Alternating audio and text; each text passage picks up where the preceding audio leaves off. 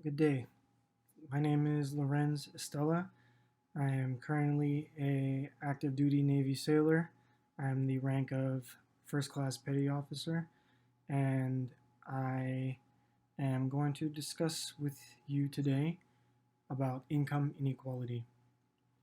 I essentially chose this topic because I feel that it is important as the American people to do our best in order to mitigate this income inequality within the country, as it's reasonable to say that everyone cares about their money, and if they feel that they're being treated unfairly or they're not able to make enough of an income to support their family, then definitely they would have an issue with this and they would want to do their best in order to try to affect change, vote effectively, and try to make some policy changes in order to benefit them. So I feel that this is a pretty important topic that should be discussed. And that's what we're going to go ahead and talk about today. With the actual lesson, I will be talking with these three main points. So for my introduction, I will begin with defining income inequality. Then I will talk about some historical examples that has actually happened within the United States, talking about what has gone from in the past or what has occurred in the past to the present, and then look at some of the examples from state to state and see the income inequality distribution based on each state. Moving from there, I will get to my body. I will talk about the factors and the consequences of income inequality. So some of the things that are occurring that are occurring because of income inequality and some of the things that are causing it. I will then move on to talk about how income inequality is measured and some formula that we could utilize in order to assess the level of income inequality within a certain country or a certain location. Then I'm going to move on to the government policies and programs that are currently in place that are not only treating income inequality, but also having an effect to unfortunately cause some level of income inequality.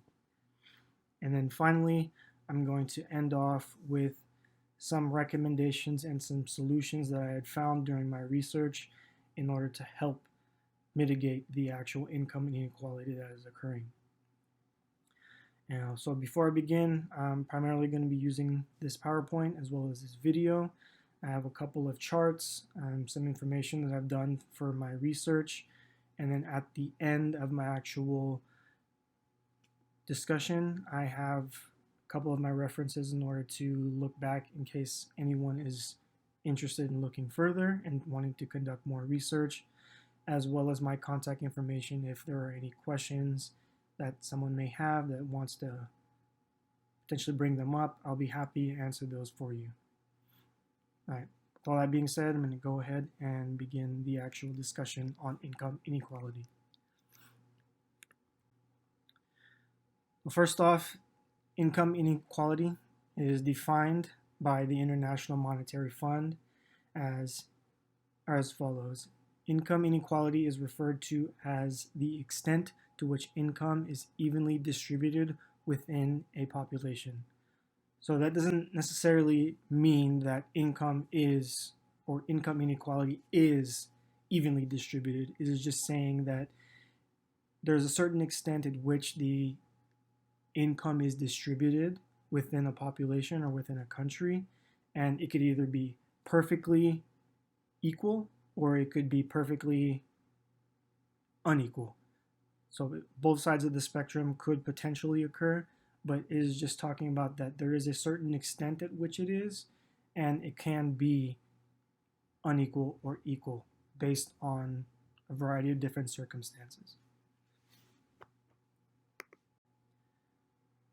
So with the US history, I decided to start off with post-World War II due to the historical spark of the economy due to the war ending and all of the service members coming back from the war wanting to essentially buy property, get jobs back in the US, and essentially all of those factors stimulated the economy. So I felt that it was a good starting point to kind of see how the income inequality has changed starting from that point, moving on to the present.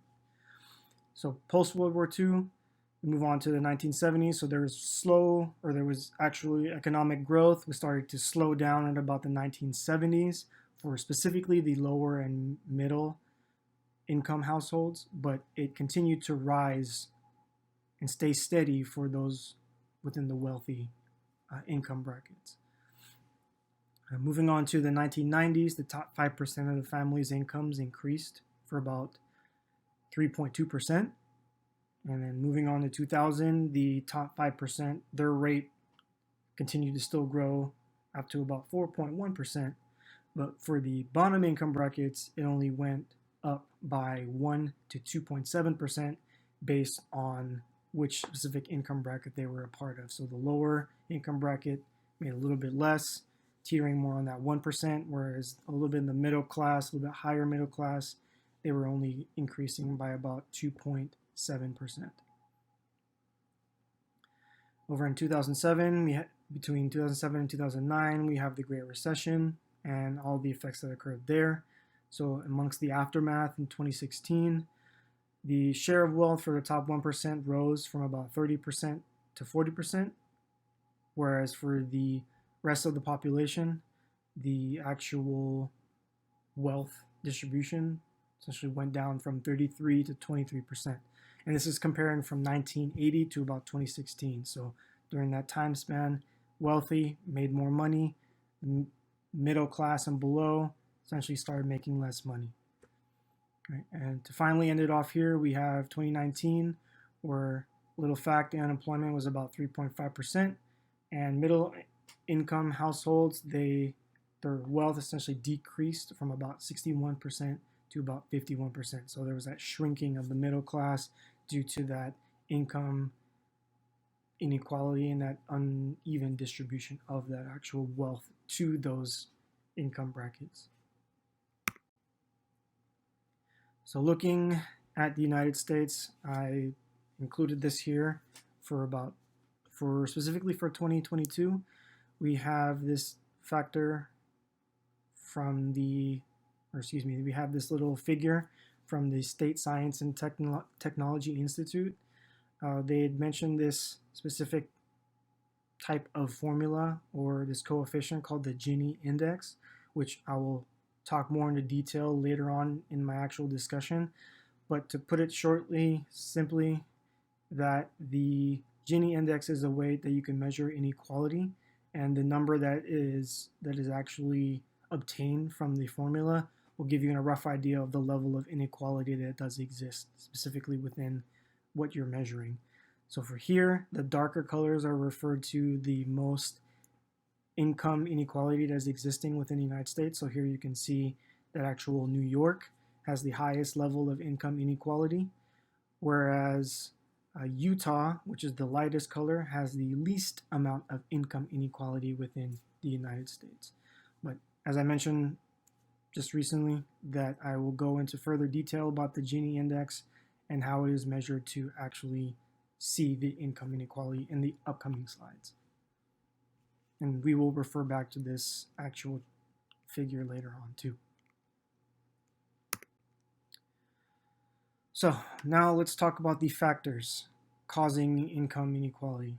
So some here, I annotated about 5 of them here for globalization, specifically the movement of different cultures, different people, immigration, jobs moving out of the country, the production of goods and food, exports, imports, all of those things that are occurring within our country does actually affect the ability for people to obtain income. Because if all the jobs are leaving the country, then there will be a higher rate of unemployment, or those individuals having to find other jobs elsewhere and take up different professions because those jobs are leaving. So there's that. Moving on to education. So statistically, those who only have a high school diploma or their GED, they will make less than those individuals that have a college degree or a higher level of education. So there is that There is the gender inequality, or at least there's a discussion and a point of contention within our country that males make more money than the female demographic. And there's also discussion about the jobs and how males are more likely to get jobs, more likely to get promoted within their jobs. And also on the opposite end, the females and how if they do get pregnant and if they, because they are pregnant, they're not able to work as much and they're not able to essentially advance in their professional career, and that could potentially affect their ability to promote as well as get jobs and make more money.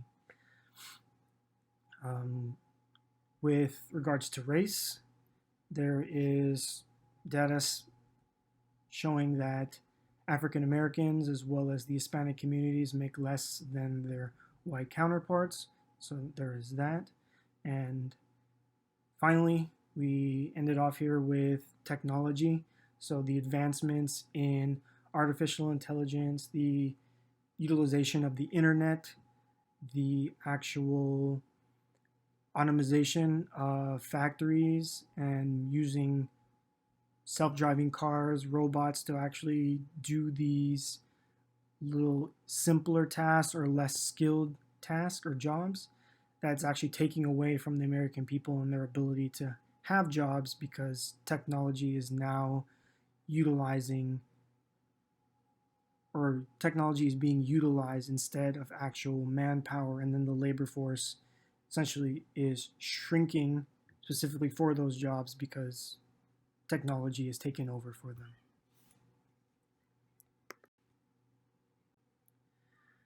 So now that we've talked about the factors, let's talk about the consequences. So income inequality, it actually existing, causes these little four things that I wanted to mention, which is the division of the political ideologies to the extremes. So say that an individual is not making as much money as they would like to, or they're getting taxed heavily, and or they lost their job for whatever reason because of some policy that was enacted by the current representative for their state or the president. Then it only would make sense, or it would be reasonable to say that individual would say, oh, it is their fault. They're the reason why I'm not making as much money or why I lost my job. So they're going to teeter towards the opposite or the extreme candidate from the actual person that is currently elected and say, I'm going to vote for them. I'm going to support them because they will support me, and the person that's currently in office is not supporting me. So they would likely jump to those extreme political ideologies. When it comes to unequal living standards, so those who are not making as much money will likely live in poor housing, not being able to afford a mortgage, not being able to buy their own property, forced to rent, and live in potentially lower income areas where there may be not as much infrastructure to support their family, may have increase of crime, not as many available resources for them. So they address those basic needs such as food, water, and having groceries, fresh groceries nearby, access to healthcare, having clinics or hospitals nearby that could actually affect their ability to have that, and as well as education. So if the people can't afford to go to college, they may have to take loans, student loans, and then become in debt that way. Or if they want to provide education for their family members or for their children, they have to get more jobs, second jobs, potentially even third jobs, and just to support their basic needs as well as try to provide education or a form of education for their family. And lastly here, we just have decrease in economic growth. So if you have consumers that don't make enough money or aren't making as enough money compared to the wealthier population, then the demands for goods or all the stuff that they could purchase is essentially going to go down because they can't afford it. Right? If you have tax cuts, and you give the people the opportunity to have more money, more disposable income, it would allow them to increase their demand because they can essentially afford more goods. But if people can't afford it and they can barely afford their basic needs, that demand is going to go down, and then it will hurt the economy because nobody is spending money because everyone is forced to save. So now that we finished up the consequences, let's move on to how the actual income inequality is actually measured. So we have this little coefficient called the Gini index, which I had mentioned earlier on. It was developed in 1912 by this Italian statistician named Corrado Gini, and it's used to measure the the inequality based on what you're trying to reference. So for here, since we're talking about income inequality, we are going to utilize the cumulative population, or the cumulative percent of the population, and the cumulative amount of wealth that is earned within a population, and we can utilize those two as our x and y axis. In the center here, that we have that blue line on the very left, that refers to as perfect equality because it is a 45-degree angle. In the middle, we have that little bit of a blue curvature, which is referred to as the Lorenz curve. And you would, based on the data that you would input for the population as well as the wealth, it will skew that, and then it will create that space in the middle. And then that space essentially would be what would be referred to as what you can utilize for the Gini index. On the opposite end, or the very end of the right, you have perfect inequality, where that blue line essentially moved all the way down to the bottom right corner, and then now you have perfect inequality. So you have a range from 0 being perfect equality to 1 being perfect inequality. And you would utilize this formula, A being the space in between that 45-degree line and then the Lorenz curve. You would divide that by the total space of what's in between the 45 and the Lorenz curve and what's beyond the Lorenz curve to get the actual Gini index. And then we can see in this next coming slide that for the United States, these are some of the values that you can obtain, or that were obtained based in 2022 for the different states within the United States. So we can see here with New York, they have a 0.52. Moving on to California, 0.50. Florida, 0.49. Texas, 0.48, et cetera, and then all the way to Alaska and actually Utah being both at 0.43. So again, as I mentioned earlier, 1 being perfect inequality and 0 being perfect equality. You can see that the numbers there are showing that New York is teetering more towards income inequality, whereas Utah is less income inequality within their state. Some policies here from the government. So we have preferential subsidizing of entities. So these are actually causing some level of inequality. You have the government essentially supporting certain groups or giving preferential treatment to certain groups, giving them tax cuts, and which is hurting the other part of the population of the United States.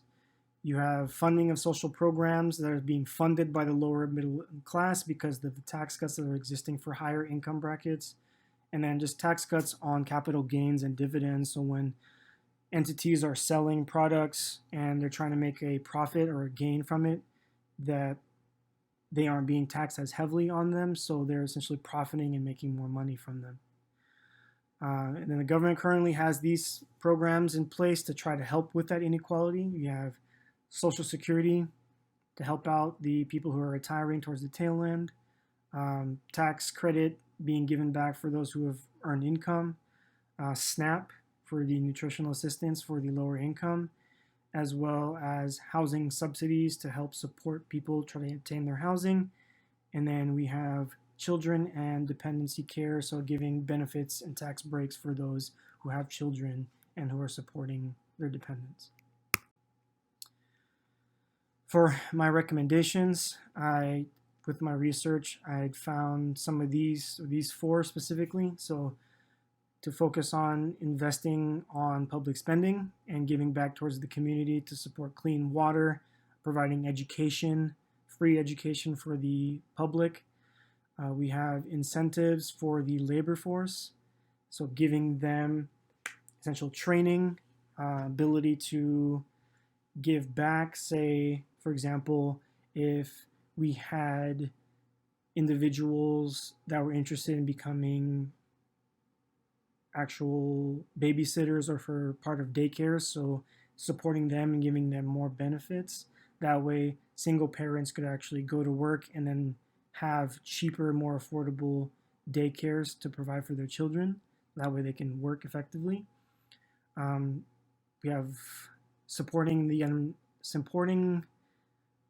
support employment for the unemployed, so allowing them to have better or more readily accessible vocational schools and trainings to allow them to learn to be EMTs, to be, say, certified nursing assistants, to be plumbers, to work as these type of blue-collar jobs, and give them an opportunity to learn and kind of lower that actual bracket of, or that point of entry for that training and the education that is required to obtain those schools. So giving them kind of either free or more affordable options to learn those skills.